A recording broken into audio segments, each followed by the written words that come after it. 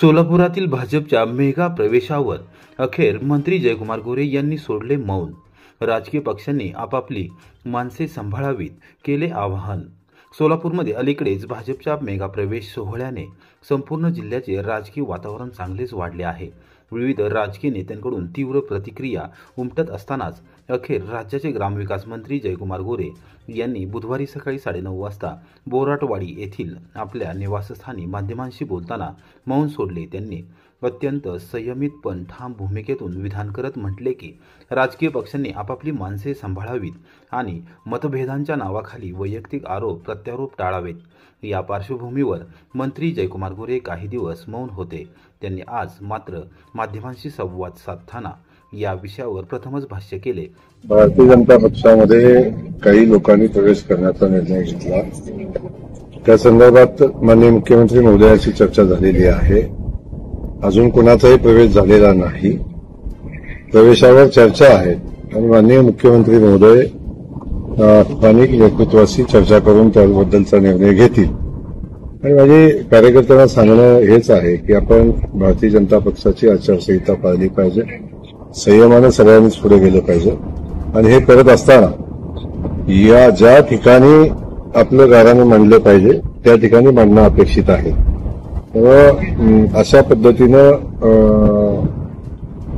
कोणाचा प्रवेश घ्यावा किंवा कोणाचा प्रवेश थांबवावा हे काय सोलापूर शहरच्या भारतीय जनता पक्षाच्या कार्यालयातून होत नाही, ते मुंबईतून होतं. नक्की माननीय प्रदेशाध्यक्ष रवी चव्हाण साहेब असतील, माननीय मुख्यमंत्री महोदय असतील, त्या संदर्भात स्थानिक नेतृत्वाशी चर्चा करतील आणि निर्णय घेतील.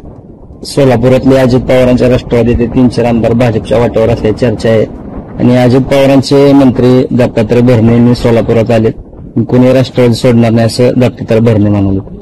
नाही, त्यांचं खरं असेल ना. आता भरणे मामा माझे खूप जवळचे मित्र आहेत आणि ते सांगते ते माहिती कदाचित खरी असावी. मामाला मामाचा पक्ष वाढवण्याची, मामाचा पक्षातल्या माणसं जाग्यावर ठेवण्याची चा अधिकार आहे आणि प्रत्येकाने ती भूमिका घेतली पाहिजे. त्यामुळे भारतीय जनता पक्षामध्ये कोणी येणार असेल तर नक्की भारतीय जनता पक्ष त्यांचा प्रवेश घेईल. शेवटी आपली माणसं सांभाळणं आपली जबाबदारी आहे. त्या अनुषंगानं आपली माणसं आपण सांभाळणं. ऐन दिवाळी पाडव्याच्या मुहूर्तावर वडूज मुंबई एसटी बस महामार्गावर पडली बंद. प्रवासी संतप्त. ऐन दिवाळी पाडव्याच्या शुभमुहूर्तावर आपल्या कुटुंबियांना भेटण्यासाठी निघालेल्या प्रवाशांच्या आनंदावर पाणी फिरले जेव्हा वडूज मुंबई ही एसटी बस सातारा शहरापासून काही अंतरावर अचानक महामार्गावर बंद पडली. या प्रकारामुळे प्रवाशांना मानसिक त्रास सहन करावा लागला असून त्यांनी तीव्र नाराजी व्यक्त केली आहे. बुधवारी सकाळी सुमारे 6:30 वाजण्याच्या सुमारास महाराष्ट्र राज्य मार्ग परिवहन महामंडळाच्या वडूज आगारातून मुंबईकडे निघालेली ही एसटी बस पुणे बंगळुरू आशियाई महामार्गावर सातारा शहरापासून अवघ्या 4 ते 5 किलोमीटर अंतरावर अचानक बंद पडली. सुरुवातीला तांत्रिक बिघाड झाल्याचे चालक व वाहकांनी सांगितले, परंतु बराच वेळ बस सुरू न झाल्याने प्रवाशांमध्ये संतापाची लाट उसळली. प्रवाशांपैकी काही जणांना मुंबईत पाडवा साजरा करण्यासाठी वेळेवर पोहोचायचे होते तर काहींच्या हातात देवपूजेचे साहित्य होते. मात्र बस बंद पडल्याने सर्वांचे नियोजन विस्कळीत झाले. अनेक प्रवासी रस्त्याच्या कडेला उभे राहून पर्यायी वाहनांची वाट पाहू लागले. काहींनी स्थानिकांना विनंती करून लिफ्ट घेत पुढचा प्रवास केला. यावेळी एका प्रवाशाने संताप व्यक्त करत सांगितले की दिवाळीच्या मुहूर्तावर एसटी महामंडळाच्या प्रशासनाने जास्तीच्या बसगाड्या सोडल्या पण त्यांच्या देखभाल आणि दुरुस्तीकडे अजिबात लक्ष दिले नाही. अशा बिघाडामुळे वेळ आणि पैसा दोन्ही वाया जात असून आम्हाला निष्कारण मनस्ताप सहन करावा लागत आहे.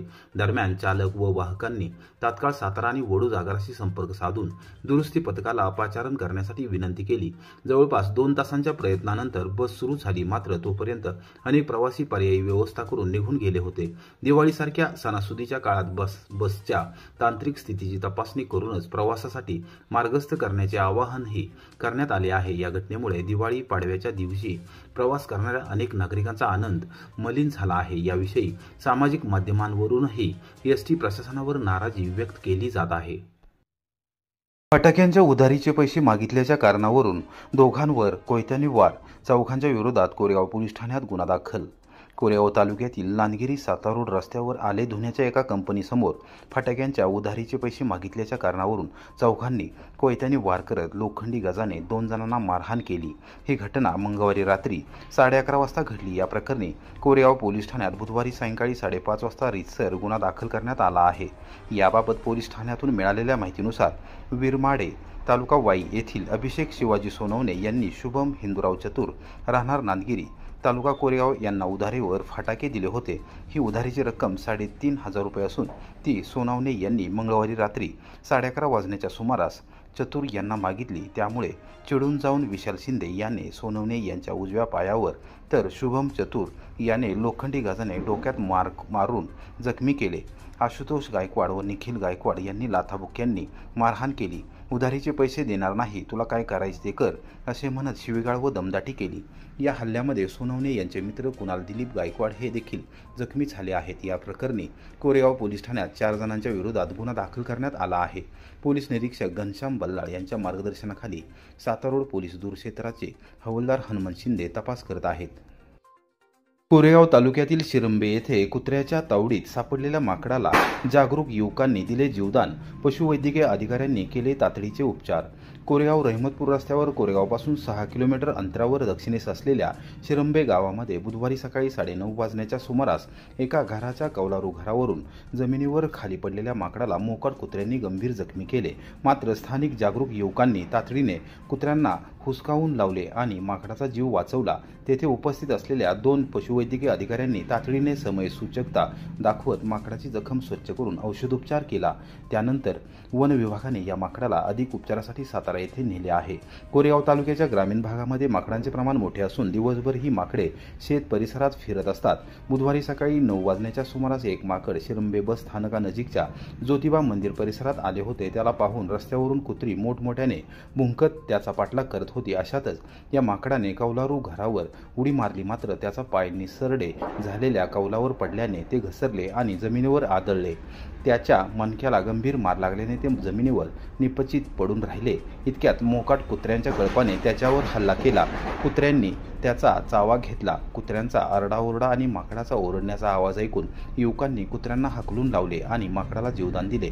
या परिसरातच असलेल्या किरण बागल आणि मुकेश बिराजदार या पशुवैद्यकीय अधिकाऱ्यांनी तातडीने हालचाल करत माकडाची जखम धुवून काढली आणि त्याच्यावर औषधोपचार केले। हरिभक्त पारायण नामदेवराव भोसले यांच्यासह ग्रामस्थांनी वन विभागाला याबाबतची माहिती दिली। त्यानंतर सातारा येथील वन विभागाचे पथक शिरंबे येथे दाखल झाले। त्यांनी या माकडाला अधिक उपचारासाठी सातारा येथे नेले आहे। ग्रामीण भागामध्ये मोकाट कुत्र्यांचा प्रश्न ऐरणीवर आला असून स्थानिक स्वराज संस्था असलेली जिल्हा परिषद आणि पंचायत समिती किंबहुना ग्रामपंचायत याबाबत कोणतीही उपाययोजना करत नाही। ही सत्य आणि खरी वस्तुस्थिती आहे। वास्तविक पाहता ग्रामस्थांच्या जीवाला या कुत्र्यांचा धोका असून देखील ग्रामपंचायत अधिकारी याबाबत कोणतीही हालचाल करत नाही। त्यामुळे अनेकांना मोठ्या प्रमाणावर त्रासाला सामोरे जावे लागत आहे। ग्रामीण भागात दररोज 1 ते 2 ठिकाणी मोकाट कुत्री मनुष्याचा चावा घेत असून त्यांच्यावर शासकीय रुग्णालयात औषधोपचार करावे लागतात। तिथे वेळेवर उपचार मिळत नाही। त्यामुळे जखमी व्यक्तीला सातारा येथे क्रांतिसिंह नाना पाटील जिल्हा सर्वसाधारण रुग्णालयात उपचारासाठी न्यावे लागते, अशी खंत सामाजिक आणि माहिती अधिकार कार्यकर्ते दत्तात्रय सुतार यांनी व्यक्त केली। या संदर्भात लवकरच जिल्हा परिषद आणि पंचायत समिती प्रशासनाशी पत्रव्यवहार करणार असल्याचे त्यांनी सांगितले। महावितरण कंपनीच्या मेन लाईनच्या अर्थिंगचा करंट जनावरांच्या गोठ्यात फलटण तालुक्यात सासवड येथे 6 गायींचा मृत्यू। फलटण तालुक्यातील सासवड येथील किसन निवृत्ती जाधव या शेतकऱ्याच्या 6 गायींचा विजेचा धक्का लागून मृत्यू झाला। ही दुर्दैवी घटना दिवाळी पाडव्याच्या दिवशी म्हणजेच बुधवारी सकाळी 7 वाजण्याच्या सुमारास घडली आहे। विशेष म्हणजे जाधव कुटुंबातील सदस्य अवघ्या 5 मिनिटांपूर्वी गायीचे दूध काढून गोठ्यातून बाहेर पडले होते। घटनास्थळी माजी खासदार रणजितसिंह नाईक निंबाळकर आणि आमदार सचिन पाटील यांनी भेट दिली असून जाधव कुटुंबियांचे सांत्वन केले आहे। राज्य सरकारकडून जास्तीत जास्त मदत मिळवून देण्याचा शब्द त्यांनी दिला। बुधवारी सकाळी 7 वाजण्याच्या सुमारास महावितरण कंपनीच्या मेन लाईनच्या अर्थिंगचा करंट लाईन नजीकच असलेल्या गायीच्या गोठ्याला लागून 6 गायींचा मृत्यू झाला आहे। यामध्ये लाखो रुपयांचे नुकसान झाले आहे। ऐन दिवाळीमध्ये जाधव कुटुंबियांवर मोठे संकट कोसळले आहे। याबाबतची माहिती समजल्यानंतर रणजितसिंह नाईक निंबाळकर व आमदार सचिन पाटील यांनी क्षणाचाही विलंब न लावता सासवड येथे जाऊन जाधव कुटुंबियांची भेट घेतली व वस्तुस्थिती जाणून घेतली। राज्य सरकारकडून जास्तीत जास्त मदत देण्यासाठी प्रयत्न करणार असल्याचे त्यांनी सांगितले। त्याचबरोबर त्यांनी महावितरण कंपनीच्या उच्चपदस्थ अभियंत्यांशी संपर्क साधून घटनेबाबत माहिती दिली आहे।